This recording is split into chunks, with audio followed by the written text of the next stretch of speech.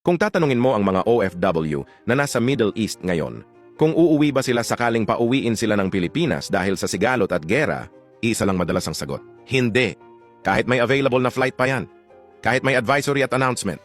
Kahit may warning. Kahit may takot. Walang uwian. Hindi dahil manhid sila. Hindi dahil wala silang pakialam sa buhay nila. Kundi dahil mas malaki ang dahilan kung bakit sila nandito. Wala pang ipon. May utang pa sa agency. May pinapaaral. May ginagawang bahay. May maintenance si nanay. Uuwi ka nga. Pero paano ang pamilya mo pagkatapos? Uuwi na lang ba ng bigo? Uuwi nang ba ng walang naipon? Uuwi na lang ba ng back to zero? Sa totoo lang, hindi ito tapang na pang pelikula. Ito yung tapang na galing sa responsibilidad. Yung kahit may kaba sa dibdib, papasok ka pa rin sa trabaho. Kahit may balita sa paligid, magpapadala ka pa rin ng pera. Ngayon, mapapatunayan mo kung gaano kalakas ang loob ng mga OFW. Pero sana, hindi na kailangang umabot sa pagbuwis ng buhay.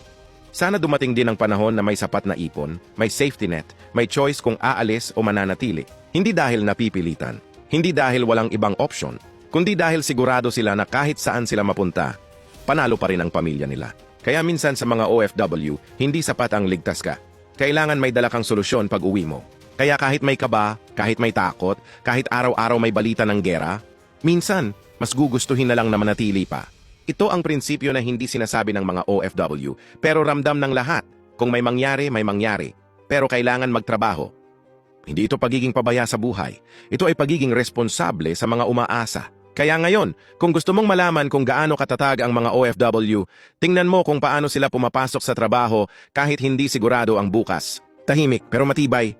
Hindi bayani sa salita, kundi bayani sa gawa.